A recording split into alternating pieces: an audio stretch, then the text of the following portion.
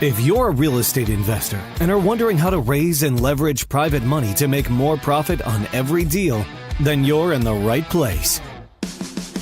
On Raising Private Money, we'll speak with new and seasoned investors to dissect their deals and extract the best tips and strategies to help you get the money, because the money comes first.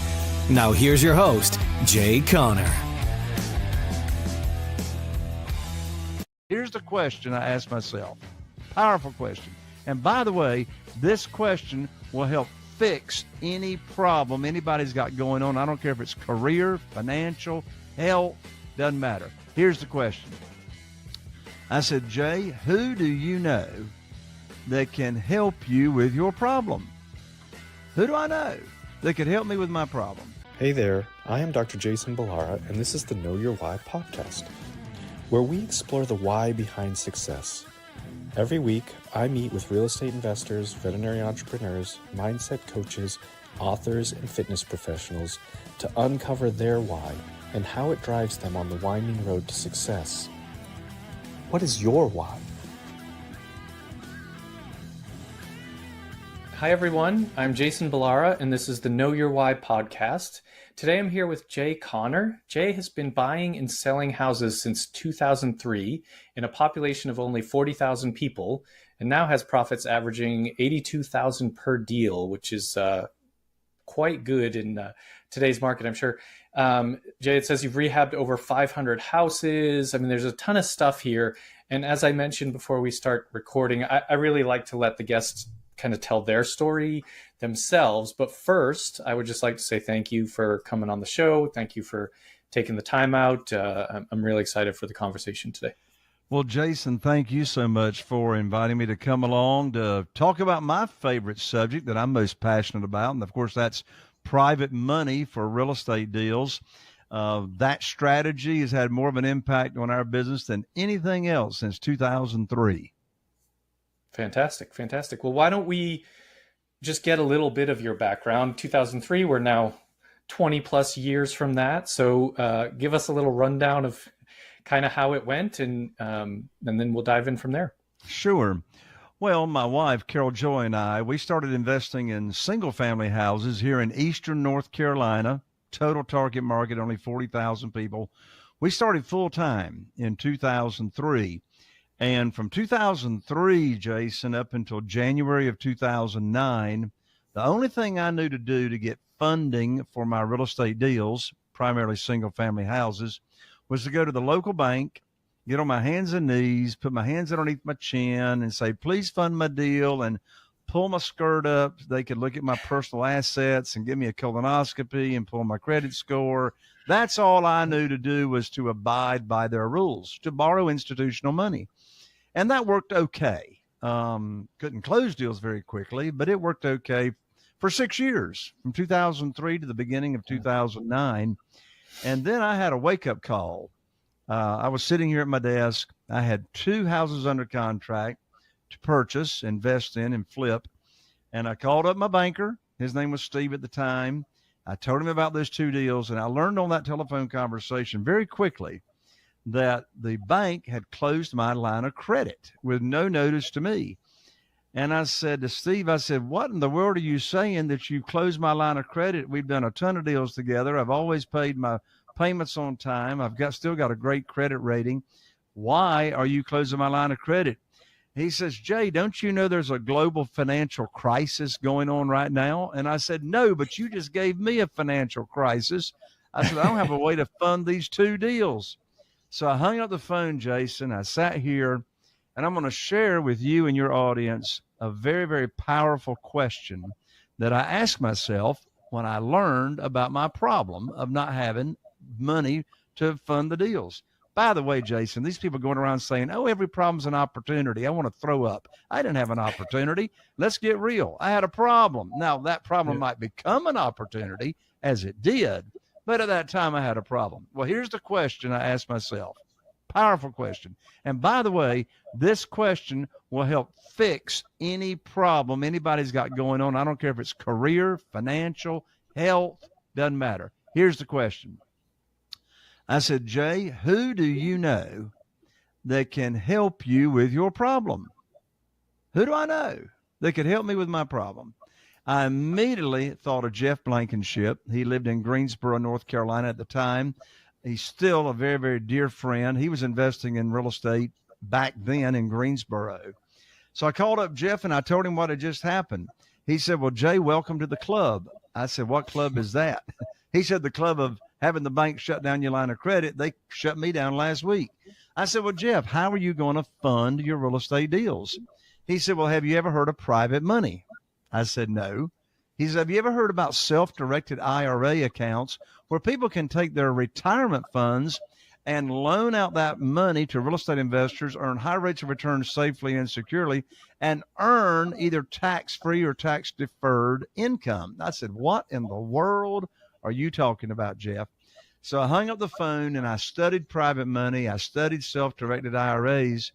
And without ever asking anybody for money, I was able to raise $2,150,000 in less than 90 days of private money and private lending without ever asking anybody for money. I've never pitched a deal. And so, Jason, if you'd like to talk more about getting money without ever asking for it, that's my favorite topic. Yeah. Yeah. No, that's absolutely my next question is you say without ever asking for it, which I think is, and even speaking personally, but I think a lot of people, that is the challenge in terms of raising private money is like, how do you best present the opportunities, right? And so, without asking for it, right? Because people don't want to be asked for money. We don't want to ask people for money, and ultimately, that's not really what's happening. But yeah, I definitely want to hear your take on this. Sure. So after I had my conversation with Jeff, the first thing I did is I put together my private lending program that I was going to offer individuals. So we're not talking about borrowing any kind of institutional money. This is all about getting money from individuals, human beings just like you and me, that either loan money from their investment capital or they loan money from their current retirement accounts that they've moved over to a self-directed IRA company. I've got 47 private lenders right now. Over half of them are using their retirement funds that I advised them, recommended they move over to a self-directed IRA company, and then they could invest with me and loan it out. So the first thing to do is, I get this question all the time. Jay, how do I start? How do I start attracting private money without ever asking for it? Well, here's the first thing you got to do. You got to own the real estate between your ears before you start buying and investing in real estate. And they said, what do you mean by that, Jay? What do you mean own the real estate? Well, that's just it. We got to take on the attitude of a teacher. So I put on my private money teacher hat, private money teacher. So that's my whole attitude, is teaching people what is private money. How can they get high rates of return safely and securely? How are they protected? How is this a conservative, low-risk investment to where they can earn 8 or 10%? And so that's the attitude I took on. So I got that attitude. I'm not going to ask. I'm not going to beg. I'm not going to persuade. I'm not going to sell. I'm not going to try to talk anybody into anything. I'm not going to even pitch a deal. Yes, I am not going to even pitch a deal, and I'm going to get all the money I need for my deals. So that's first. Get your attitude right. Desperation, Jason, desperation's got a smell to it. Desperation's got a smell to it. I mean, The worst time in the world to be raising private money is when you need it for a deal, right? And by the way, Jason, I'm getting ready to say something. I'm going to take on a little risk here, so I hope we're going to be in alignment with what I'm getting ready to say. But okay. I know you've heard somebody say this on stage, on the platform, and I want to go run into a brick wall.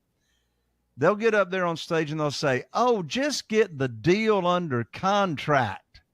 The money will show up. Yeah. You ever heard that? You ever heard that? Yeah. That's a nice thing people like to say. Yeah. Or they'll say, oh, just get the deal under contract. If it's a good deal, the money follows the deal. Mm-hmm. And you know what I say? Yeah. Hogwash. Hogwash, baloney, baloney. It's like, where's the money going to show up? Is it just going like rain? Is it just going like rain out of clouds or something? You know, I mean, the worst time to be raising private money, as I said, is when you need it for a deal. So that's why I practice. And yes, I'm going to preaching now. And that's why I preach. Get the money lined up first. Get the money lined up first. I mean, think about how much more confident, how many more offers are you going to make when you've got $500,000 or $1 million or whatever burning a hole in your pocket, ready for you to make offers. And so anyway, I digress. So how do I go about this without asking? Okay, step one, I'm going to be a teacher. Step two, what am I going to teach? Like, what am I going to teach to people? Well, I'm going to teach them what I offer on deals for them to invest in. What interest rate I'm going to offer? It's going to be the same regardless of the deal. What's the maximum loan to value I'm going to borrow, which, by the way, is 75% of the after repaired value, not 75% of the purchase price, 75% of the after repaired value. That's why we always bring home a big check in this world of private money and never take any of our own money to the closing table. My favorite phrase on my real estate attorney's check is, on the check stub, is excess cash to close. And I love me some excess cash, right? So what's the maximum loan to value? What's the length of the note? How am I going to protect them? Am I going to borrow unsecured money or secured money? Always secured, right? So what layers of protection am I going to give them? What's the minimum I'm going to allow? Because that's the first question they're going to ask, is what's the least amount that I can start with? And by the way, quote unquote, private lenders always have more money than they tell you. That's just a fact, right? So I put my program together as to what I'm going to teach. What's the next step? Well, how am I going to get the word out that I've got this program available and have my teacher hat on without asking for money? What's the fastest way to get the word out and start having people chase me? Because I want people chasing me. I don't want to chase them. I've learned the more I chase money, the more it eludes me. So I want to attract it in. Well, let me first answer that question with a short story. I had my program together. I'm going to start teaching. I'm going to start, making this available. So here's how I started. Now, this was right after I was cut off from the bank.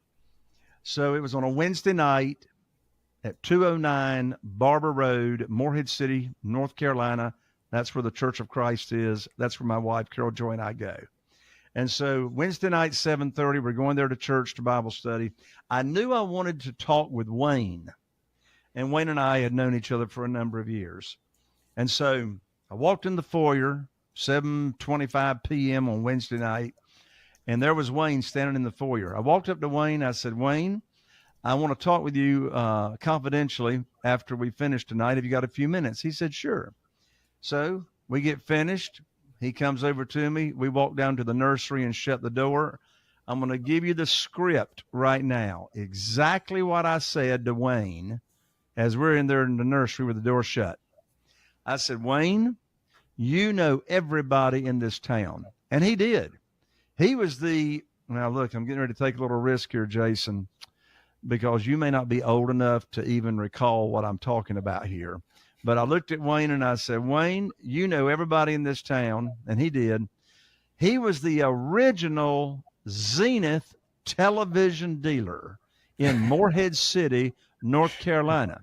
Now, for those of you all listening here to Jason's show, if you don't know what the Zenith television dealer was, that means you're too young to remember life before Walmart came to town. The Zenith dealer, that's where you bought your TVs. They financed them. They actually back then repaired TVs, can you believe, before you just started throwing them out and buying a new one. So anyway, I said, Wayne, you know everybody in this town. And he did. He'd put a television in everybody's house. And I said, you know everybody in this town. And here's the magic phrase. I said, Wayne, I need your help. I said, you see, I've now opened up my real estate investing business by referral only to people I know and trust. I am now paying insane high rates of return to my investors that invest with me in my real estate deals. And Wayne, when you run across somebody that's complaining about the stock market and the volatility of the stock market and losing money and making hardly nothing down at the local bank in a certificate of deposit, would you refer them to me and I'll tell them about my program? Wayne says, well, now, Jay, what you got going on there? And I said, well, what do you mean, Wayne? He says, well, what kind of rates of return are you paying? And I said, well, that sort of depends on the deal. I said, are you saying you might be interested? He says, yeah, well, I might be interested. I said, why? He says, well, I'm losing money in the stock market and I'm sick of the volatility. And, you know, I don't like the little bit of money I'm getting down at the, you know, at the bank in a CD. He says, well, what are you paying, Jay? And I said, well, what sounds high to you, Wayne? He says, well, I don't know. I'm getting 3% in the local bank. I don't know, maybe 5% or 6%. I said, Wayne, I can't pay you 5% or 6%, but I can pay you 8%. He said, put me down for $250,000. And so that next day, I went to Wayne's home and sat down with him and his wife. And I brought my whole program there, you know, maximum loan to value, interest rate, how you can get your money back in case of an emergency, in case you got something come up. How am I going to protect you? All that kind of good stuff. Well, after 2 cups of coffee and a conversation, that $250,000 became $500,000 that next afternoon. And so I didn't bring up anything about any deals, right? I'm just talking about my program, and they've just got liquid cash that they want to start with at $500,000. So let's analyze and unpack that little story right there. First of all, you notice I didn't ask Wayne for any money. I asked him for his help to spread the word that I've now got this opportunity. And by the way, not only was Wayne and his wife interested and, you know, became one of my first private lenders, but boy, did they ever spread the word. I mean, I lost count on how many private lenders we got just based on Wayne and his wife, you know, spreading the word and sharing, you know, their experience. And so that's how I started, was get my head straight. I'm going to teach. And what am I going to teach? What am I going to offer? And then ask people for help. Now, that's one at a time, asking people for help. But now let me tell you in a short story how I raised $969,000 in 60 minutes in that first 30 days. So what did I do? I hosted a private lender luncheon. So I invited 20 people, influencers, the influencers that I already knew here in town. I invited them to lunch, invited them to the Dunes Club, oceanfront at the beach, invited them on a Thursday lunch. I fed them lunch. And about 20 minutes into it, I pulled out my little handy dandy, trusty dusty PowerPoint presentation, and I put on my teacher hat, and I went to teaching these 20 influencers. And by the way, you don't have to know any influencers. It can just be 20 people that you know, right? Because everybody knows somebody else. And I just started teaching them the private lending program, the same that I had just taught to Wayne 2 weeks prior to. And again, no deals, just talking the program. Got $969,000 in verbal pledges of, hey, we're interested, you know, we want to go. And so that was the private lender luncheon. Now, let me share with you the secret sauce on how do you get your deals funded after they've pledged the money without having to ask them for money. Well, here's the answer. I'm going to give you the script right now. This is called the Great News Phone Call. The Great News Phone Call. So, Jason, let's say you're one of my new private lenders. I've taught you my program. You like it. And you say, yeah. And you said, Jay, I got $150,000 I'd like to invest with you. You know, let me know when you got a deal. And I said, Jason, I'm going to put your money to work for you just as soon as possible. So you've told me you got $150,000. You're waiting to hear from me. Well, I call you up maybe a week later. Here's the script. Jason, I've got great news for you. I can now put your money to work.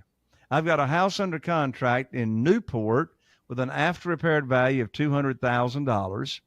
The funding required is what you have available, $150,000. Closing is going to be next Friday, So I need for you to wire your funds to my real estate attorney's trust account by next Thursday. And I'm going to have my real estate attorney email you the wiring instructions. End of conversation. The most stupid thing I could have asked you, Jason, is, do you want to fund the deal? Well, of course you want to fund the deal. You've been waiting for the phone call for me to put your money to work. And particularly if that $150,000 was retirement funds, and you've moved that $150,000 from, Schwab or Morgan Stanley or a 401k that you had, and you've moved it over to a self-directed IRA company that I recommended, you're not making any money until I put your money to work. So I'm ethically bound to put your money to work. No pitching, no selling. Good news phone call. Wire your money by next Friday. And of course, I'm not bringing money to one of my private lenders I'm not bringing a deal to one of my private lenders to fund unless it meets the criteria of the program that I already taught them. Yeah. There's so much about this that is like just a shift in mindset, right? I'll ask you the question. So I think at some point, you might, especially early on, if someone's trying to raise private capital, they might not necessarily believe it themselves, but that's the first step, is kind of believing it yourself, that you are truly offering an opportunity. And it's fascinating to kind of see people that are good at this. Like you're clearly, the conversations, you're giving out the scripts, like clearly it's something that is, comfortable to you. And I think, did you feel that way right off the bat when I know you said you encountered a problem, the bank wasn't going to fund you anymore. How did you kind of get to these scripts, and how did you, kind of believe that what you were saying was really the truth, or that it's the truth, but that's not the right word. Just how did you feel yourself about sort of these scripts? Did you work on them over time? How did you come to that? Well, that's a good question. So anytime you do anything new that you've never done before, it's very uncomfortable. Mm-hmm. No matter how much you believe in it, no matter how much you know it to be, that it's worked for other people. But if you've never done it, then it's uncomfortable. And Crystal Baker, who is on my leadership team, where I run a mastermind group of high-end real estate investors from all across the nation that want to learn how to raise capital the way I do it. Well, Crystal Baker's on my leadership team. She started working with me, 6 or 7 years ago. She's raised $5 million in private money. Well, at the end of her signature email, at the end of every one of her emails, she has a quote. And the quote says, "Life begins at the end of your comfort zone." Life begins at the end of your. So you see, here's a writer downer for you that I just came up with last week at my live event that I put on. Success is a lousy teacher. Success is a lousy teacher. All the growth takes place in the valley where you got problems that you got to fix, right? In fact, along those lines, I want to share a formula that I learned from Jack Canfield, co-author of Chicken Soup for the Soul series. And Jack Canfield, he's got a wonderful book. It's called The Success Principles. The Success Principles. There are 69 success principles in that book. I highly recommend the book. His very first foundational principle, which all the other principles are built upon, is principle number 1: be 100% responsible for everything that happens in your life. And until you are 100% responsible for everything that happens in your life, you're not going to grow, right? You're going to be a victim. You're going to have a victim mentality instead of a victor mentality. The formula I learned is E plus R equals O. E plus R equals O. That stands for the event plus your response to that event determines your outcome and what you experience. Most people, unfortunately, are going through life wherever the tide takes them, and they live with a different formula. The formula most people live by is E equals outcome. Whatever the event is that happened to me is now what I'm having to experience. But you see, regardless of whatever happened in your life, like I got cut off from the banks, for example. I got cut off from the banks. Well, here's the beautiful thing. I'm 100% responsible for responding to what happened in any way I want to, right? Yeah. So when the bank cut me off, I could have put my tail between my legs and gone home and, ate Cheetos all day long on the sofa, right? Or I could choose a different response. So what response did I do? I asked myself, who do I know that can help me? I called up that person. I'm asking for help. And that led me down this road to private money, which, by the way, Jason, you and I wouldn't even be having this conversation today if it hadn't have been, for that experience. Right. So when I first was visiting with Wayne after Bible study on Wednesday night, I was very uncomfortable, even though I was asking for his help and I wasn't asking for money specifically. I was just asking for his help. I had never said to anybody else, I've now opened up my real estate investing business by referral only to people I know and trust. When you run across somebody not happy, would you refer them to me and I'll show them a program? I never said that to anybody. I promise you it did not come out of my mouth as smooth as it does right now. Yeah. Right? Yeah. I mean, I was nervous inside. I had never asked for somebody to, I'd never done a private lending loan, for goodness sakes. Right. And so I started taking action, which I know you're tired of hearing people say that, but quite frankly, action is the only cure to worry. Action is the only cure to worry. And so, yes, I was very uncomfortable. I mean, when I put on that first private lender luncheon and I raised $969,000, I was confident that I had my PowerPoint put together. I knew what I was going to teach, but I had never done a private lender luncheon before. I was uncomfortable. So take action and do what you know you need to do in spite of your how do you get comfortable doing anything? You get comfortable doing anything by doing it. And I tell you that, I said success is a lousy teacher. Failure is a really good teacher. Failure is a really good teacher. I was so blessed a month ago. Carol Joy, my wife, and I, we got to meet, we got to chat with, and we got to hear his keynote at one of the masterminds we're a member in. John Maxwell. What a brilliant mind. One of the best speakers I've ever seen or heard in my life. And then when it got to open Q&A in the audience, one of the attendees said, Mr. Maxwell, what do you attribute? What's the number one thing you attribute to your just unbelievable success? He says, well, that's an easy question. He says, the secret to my success is I just fail more than anybody else. And he went on to explain what that means. I mean, in other words, if you're not being successful, you're not failing enough, right? How do you get good at anything? You screw it up really good out the gate.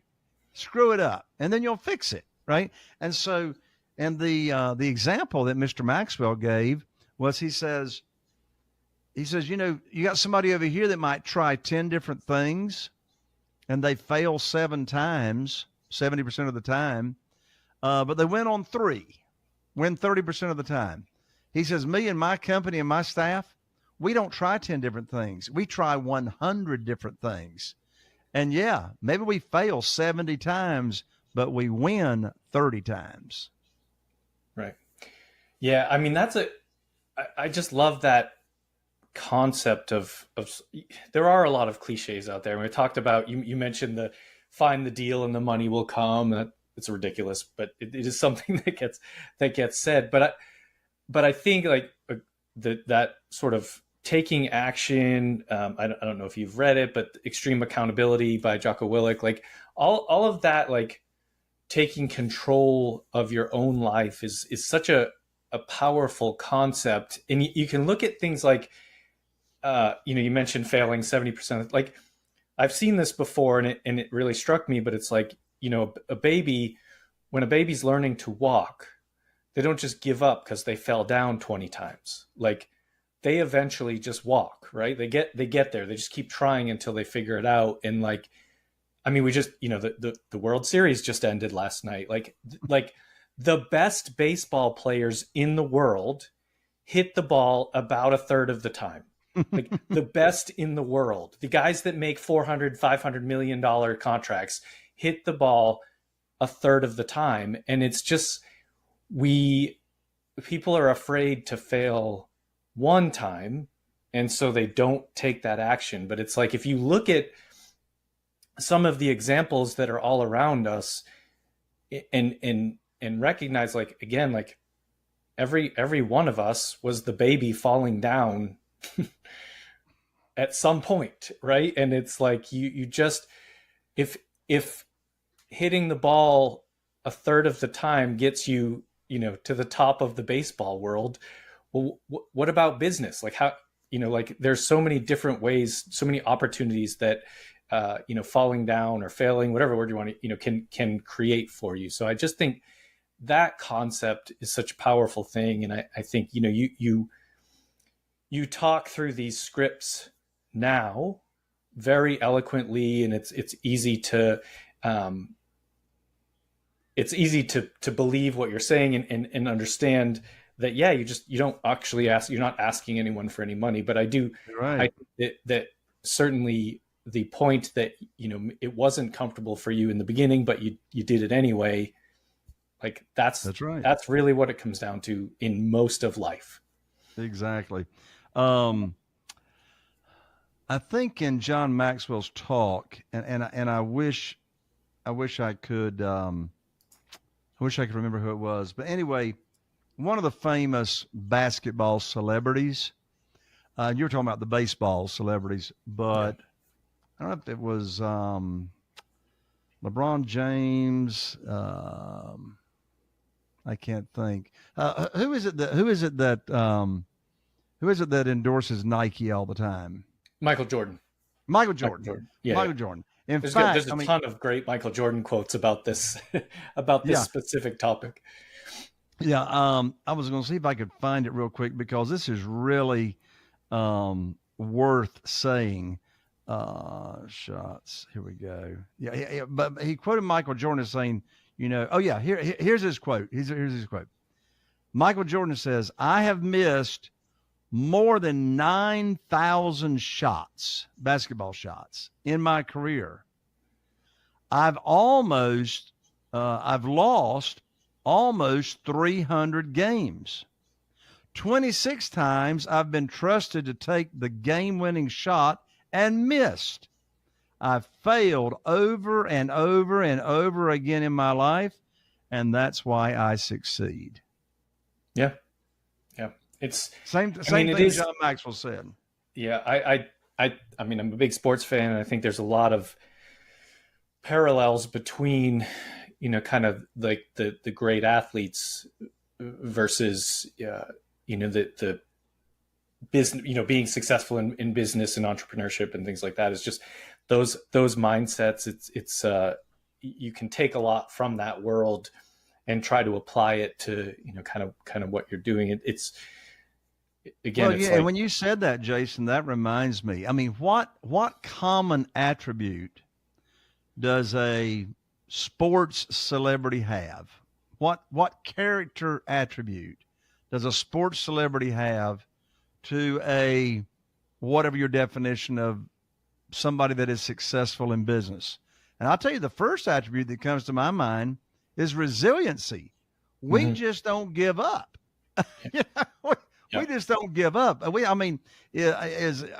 problems going to come along? Of course. If there weren't problems, they wouldn't need us anyway. We are solution providers, so resiliency. I mean, yes, you're going to fail. Yes, you're going to screw up. Yes, you're going to fall down. Well, I'll never forget, my granddaddy was a farmer here in Eastern North Carolina. And so anyway, when I was about 3 years old, he got me a pony. My mother would never let him live that down because he wouldn't get her a pony. But anyway, and he wouldn't put air conditioning upstairs. So, here Jay gets born, boom, there's air conditioning upstairs. But anyway, so he got me a pony, and I'll never forget when that pony would throw me off. Of course, I wasn't riding a pony by myself at 3 years old, but when I was riding ponies by myself at 7 years old, 8 years old, when that pony would buck and throw me off, my granddaddy never let me not get back on. He said, Jay, if you don't get back on that pony right now, that pony will never let you ride it again. So I learned it. At a young age. Get back on the pony. There's a writer downer. Yeah, exactly. It's everywhere, and it's everywhere around us, and you can choose to take those examples in and use them as fuel, or I guess you can ignore them and not, kind of not get anywhere with it. But I just think the examples, the resources of people that have overcome, failing over and over and over again to be extremely successful it's just everywhere. So I think it's just an important concept. But well, Jay, let me shift gears a little bit here. I want to make sure I get to ask you the questions that I ask every guest. And the first one is, based on the name of the show being Know Your Why, what is your why? What's your driver? What kind of keeps you motivated? You've obviously had a lot of success. What kind of keeps that moving forward? In answer to that question, maybe it was a couple of years ago, I was riding down the road with a good friend of mine. His name's Neil. We go to church together. And just out of the blue, Neil said, Jay, when is enough enough? And I said, well, Neil, I'm not sure I know what you're asking. He says, well, here's what I mean. He says, you're traveling the nation. You speak at all these conferences, for real estate investors. You put on these live events. You're doing 30 deals a year. You're averaging 82,000. He says, and I know you don't have to keep doing that. Why are you doing that? He says, and along with that, Jay, he says, how do you reconcile the truth of where the Apostle Paul says in the Bible to be content with whatever state of life you're in? And I'm paraphrasing. Yeah. I said, well, now I understand your question, Neil. So let me tell you the answer to when is enough enough? And here's the answer, at least from my perspective. Enough is never enough when it's not about you. Enough is never enough when it's not about you. So what is my why? What is my driver? My driver is to make an impact, make a difference, and give back. Zig Ziglar, that I'm sure you were a fan of, Zig Ziglar said that you get into a point in your life to where it's not about the money, that it's about significance, making a difference. Yeah. And so with that in mind, myself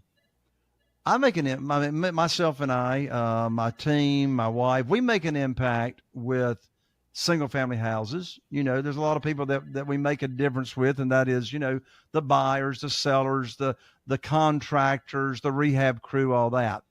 But I can make so much more of an impact, say, for example, when I podcast, just like you are right now, Jason.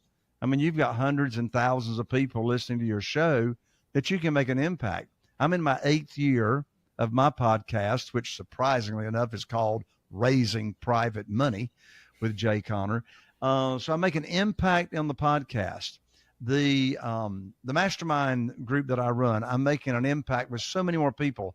Last week, I had a live event with almost 100 people in the room at the hotel ballroom, and they were from all over the nation: California, Texas, Florida, North Carolina, South Carolina, all over the place.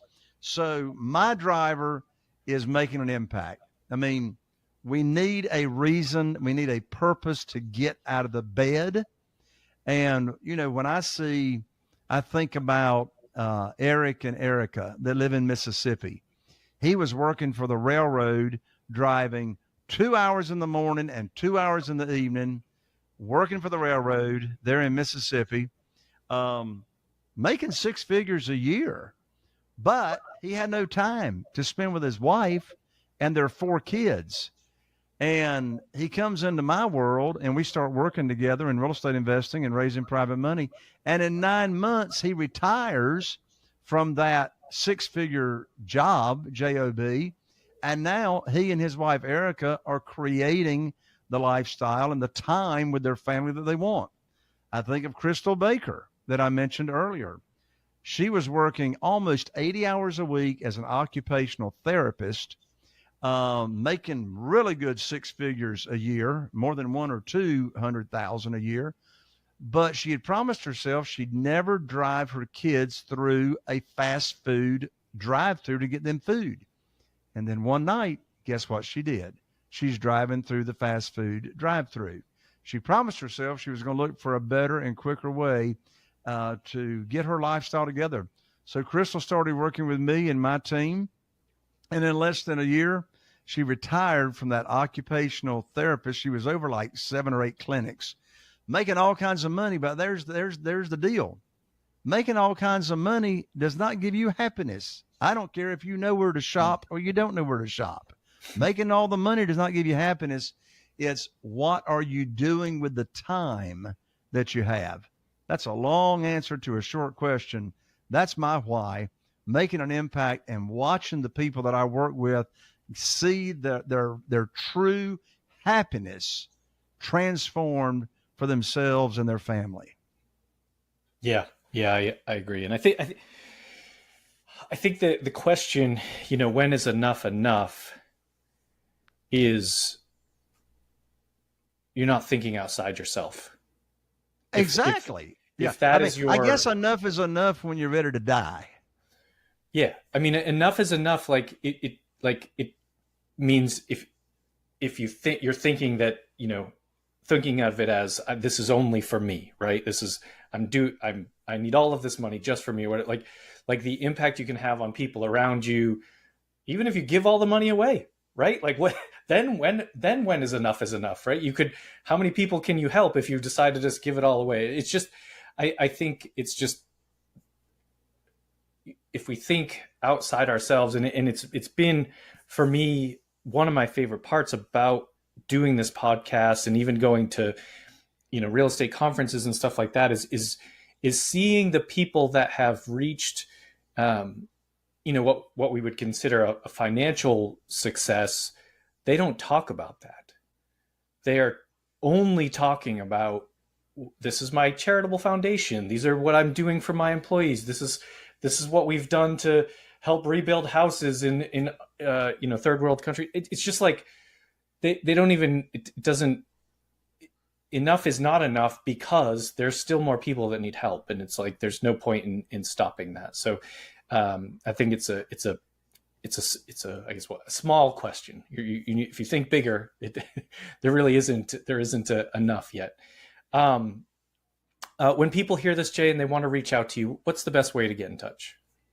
I'm so glad you asked, Jason, because I just finished producing and recording my brand new Private Money Challenge. What in the world is the Private Money Challenge? It's a series of 7 videos where we really dive deep into what's private money all about. How do you raise it? How do you find it? How do you talk to people? What's your program? What it should look like? And so there's 7 videos. Each one's only 15 to 20 minutes long. And when you enroll in privatemoneychallenge.com, you'll receive in your email, your inbox, the first video training by me right there on the video. And the next 6 days in a row at 9 a.m. Eastern time, you'll receive each subsequent video. So you can enroll at www.privatemoneychallenge.com, www.privatemoneychallenge.com. By the way, I'm Jay Conner with an ER, not an OR, Jayconner. And come check out my podcast. I'm in my 8th year of my podcast. And believe it or not, the name of my podcast is Raising Private Money with Jay Conner. It's on all of your favorite platforms.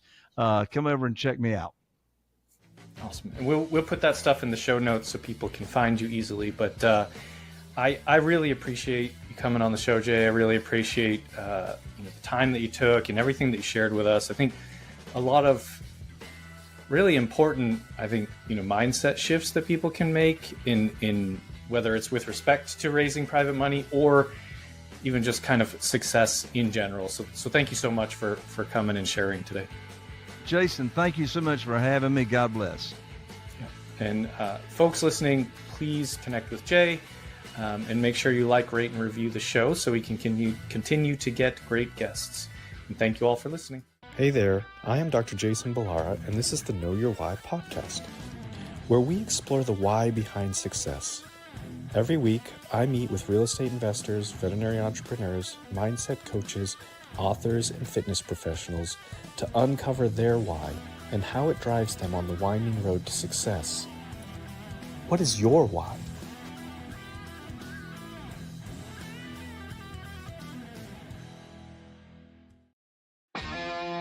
Are you feeling inspired by the knowledge you gained in this episode?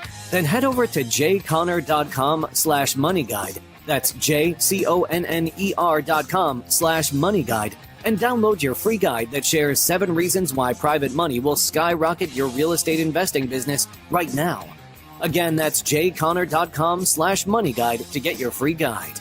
We'll see you next time on Raising Private Money with Jay